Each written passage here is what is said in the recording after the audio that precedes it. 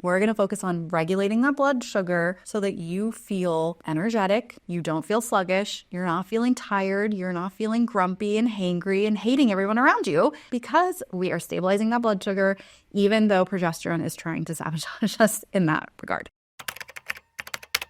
Do we need to be cycle syncing our workouts? Do we need to be tracking where we're at in our cycle so that we can change up what we're eating in a day? If you are new to cycle syncing, or if you are wondering if this is for you, let's dive into that today. Hi, I'm Dr. Bala, and I help women with period pain, PMS, and heavy bleeding get rid of their symptoms without needing birth control. I want to first talk about what your cycle looks like. So in our cycles, we have a few different phases. For the purpose of cycle syncing, we have 4 different phases. But typically, hormonally, we have 2 separate phases. We've got our follicular phase and we've got our luteal phase. In our follicular phase, this is when our uterus and our body is preparing to ovulate. Estrogen starts to rise and then it dips, and this triggers FSH and LH to prepare and mature and release our follicles or our egg for ovulation. Once ovulation has occurred, all of our hormones dip a little bit, but then progesterone starts to rise, and this is our dominant hormone in our luteal phase. So these are the 2 main hormonal phases of our cycles. Within that, we've got 4 different phases that you want to know for cycle syncing. So the first phase is going to be your menstrual phase. This is when you're bleeding, right? This is the days that you are having a period.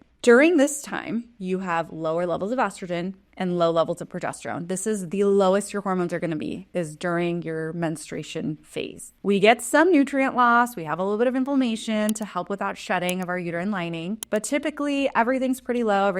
Nothing is really happening here. A lot of people will say that during this time, you should be resting, you should be taking it easy, you shouldn't be working out, you should be really eating and focusing on nutrient-dense foods. You can do that. My thing when I work with women is that what is actually happening with your day-to-day, right? Because if you're someone who falls off the wagon very easily and struggles to get back on, not working out for 5 to 7 days or however long your period is really going to derail you. So what I like to say is do what you are able to handle. If your period kind of makes you feel a little bit slower, a little bit sluggish, don't be doing your hardest workout on those days. Do something like walking, do something like yoga, do something like Pilates, do something like a light bike ride, something small that keeps your body moving in motion. And that's also going to help with period pain. Being physically active, getting your movement in on a regular basis, specifically aerobic activity, can be really helpful for period pain. If you can handle it, I want you to continue moving. Just make it light. Don't overexert yourself. A really light jog, a walk, something to keep your body in motion. That's what we're going to do in our menstrual phase. Nutritionally, we're going to focus on hydration. We are bleeding a lot. We want to focus on iron-rich foods, which if you are focusing on eating protein, eating whole food protein sources every day throughout any part of your cycle, you're going to be hitting that goal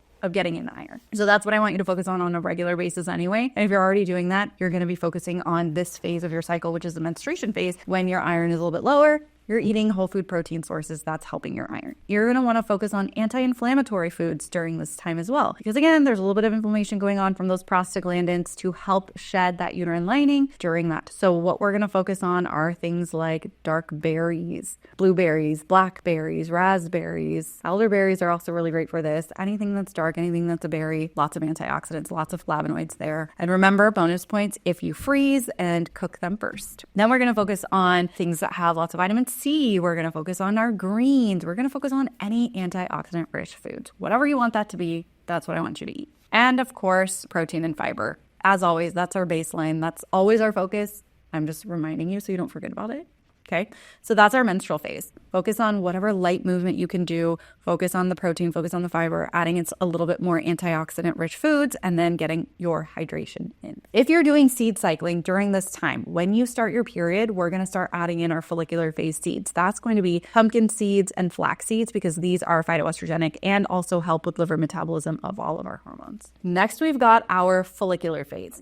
So in our follicular phase, estrogen is rising. This is the phase where estrogen is the dominant hormone, follicular phase. Estrogen starts rising and progesterone's still low. We haven't ovulated yet. There is really not much progesterone at all being made, but we start to see FSH and LH peaking and dropping because this is, again, what's triggering ovulation as we kind of near that ovulatory phase. And because estrogen is highest during our follicular phase, your insulin sensitivity is at its best. So if you are someone who really loves their carbs, but you feel really awful in your luteal phase or the week or two before your period and you just feel really grumpy and moody and hangry, this is the phase where you can get away with eating more carbs because your insulin is more sensitive. Whereas in the luteal phase, which we're going to get to in a minute, your blood sugar is not as stable. So you're going to notice those crashes and cravings a little bit more because of progesterone. But in our follicular phase, estrogen is the dominant hormone. We can get away with eating a little bit more carb-heavy meals. That's not to say don't focus on protein and fiber. You can just get away with eating a little bit more carbs here.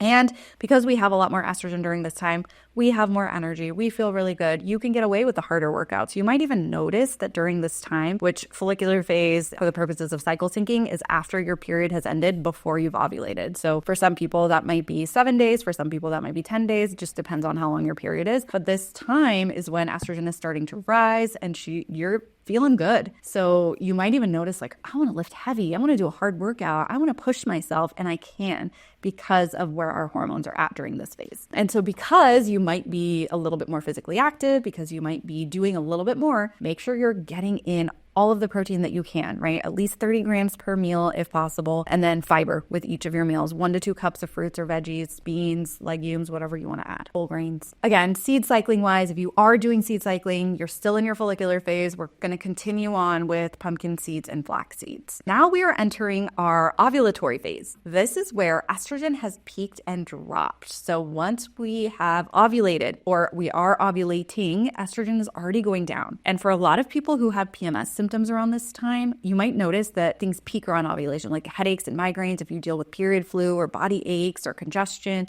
hives, histamine stuff, you might notice that this peaks and drops around ovulation. Those symptoms peak and drop around ovulation with your estrogen peaking and dropping. This is also when progesterone is starting to rise. That's what's changing with our hormones. FSH has gone down, LH has gone down.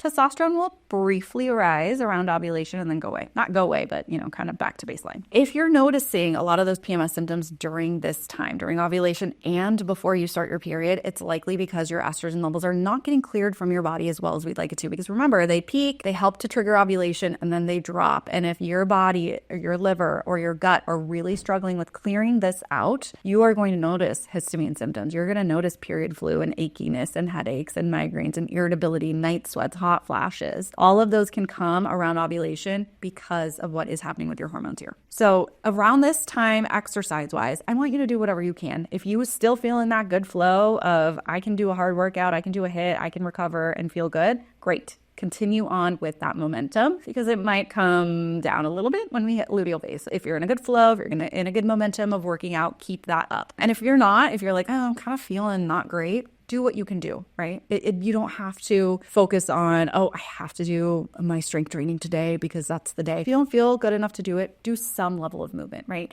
Get in your walk, get in your yoga, do your lighter activities. And during this time, if you notice those PMS symptoms because of the peak and the drop in that estrogen, I want you to focus on as much fiber as you can. Again, this is something that we're going to focus on every single day. Don't forget that. We're always eating fiber. We're always eating protein. But when we are getting those ovulation symptoms, the pain and the PMS and whatever you might be dealing with, your body is struggling. We need to support that estrogen metabolism. Lots of fiber, lots of cruciferous veggies are also going to specifically support estrogen metabolism in your liver because cruciferous veggies break down into indole-3 carbonyl, I3C, which then go and turn into DIM, which I'm sure you've heard of, which is specific to estrogen metabolism. Cruciferous veggies are any of those farty smelling vegetables like Brussels sprouts, broccoli, cabbage, kale, cauliflower, all of that fun stuff I want you to focus on during this time. And then if you are doing seed cycling, we're going to switch. You've ovulated, we're going to switch over into our luteal phase seeds, which are going to be sesame seeds and sunflower seeds. Now we're in our luteal phase. This is our last phase. And this is the phase nobody loves. We've all got a love-hate relationship with luteal phase, especially if you struggle with low progesterone or really high estrogen or a little bit of both.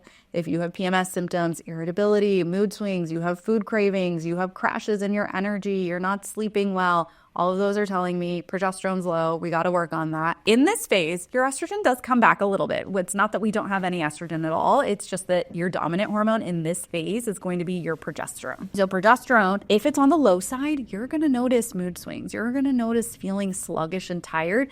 And progesterone is a calming hormone. That's not to mean it's going to make you tired. If you have low progesterone, you're going to feel more tired in this phase versus when you have adequate levels of progesterone. A lot of people seem to think that, oh, progesterone is a calming hormone. Adding progesterone is going to make me more tired. Not the case. Actually, if your progesterone levels are adequate, you're not going to feel like you do in your follicular phase. You're not going to be like, I can move a mountain. But you won't feel that sluggish, tired, just I'm dragging, I want to lay on the couch feeling when your progesterone levels are at a healthy level. Remember how we talked about in our follicular phase, you can handle eating a little bit more carbs because estrogen is the dominant hormone and progesterone is lower. Now we're in our luteal phase. You're going to be craving sugar. You're going to be craving carbs. You're going to be craving the quick fix to get that blood sugar up because your blood sugar is not as stable in your luteal phase because of progesterone. Progesterone just makes you a little bit less sensitive to insulin. So we're going to focus on getting protein with our meals. We're going to focus on getting fiber with our meals. We're going to focus on regulating that blood sugar so that you feel energetic, you don't feel sluggish, you're not feeling tired, you're not feeling grumpy and hangry and hating everyone around you because we are stabilizing that blood sugar even though progesterone is trying to sabotage us in that regard. Focus on the 30 grams. Get your Greek yogurt in. Add those berries to it. Get your collagen and put it in whatever you're eating if that is helping to increase whatever protein you're getting. Okay, I really want you to keep that blood sugar as stable as possible. I've worked with so many people where this is all we changed. This is all we changed in their luteal phase of eat more protein, get more fiber, eat 3 meals, be consistent with those. Like all we did is focus on blood sugar. Their PMS symptoms went away. I had one girl in particular who was like, I haven't even changed anything other than how I'm eating. And I don't feel irritable. I don't feel like I have to work from home in my luteal phase days because I want to be around other people. I don't feel like everyone is annoying me anymore.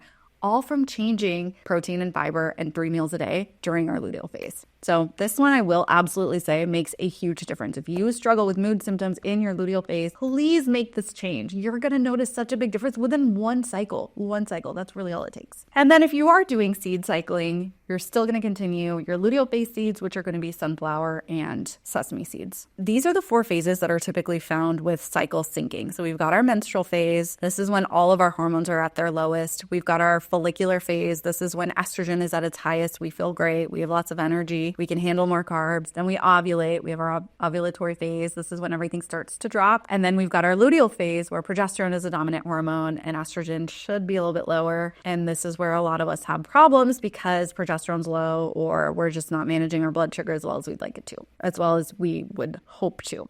So those are the 4 stages of your cycle that I want you to focus on and just be aware of. You don't have to make huge changes. You don't have to sync anything with your cycle if you don't want to. But if you're aware of what is actually happening with your hormones during this time, you can be more cognizant. You can be more self-aware of, hey, maybe I should be focusing a little bit more on my protein. Maybe I should be focusing a little bit more on my bedtime to help out my progesterone a bit. Maybe I should be focusing on adding a little bit more water during this time. Whatever it might be that you are struggling with, just know where you're at in your cycles so that you can be a little bit more aware of what your body is needing during this time. I will meet you here again next week for more period health information. Let me know what your thoughts are on cycle syncing and if you've tried it in the comments below.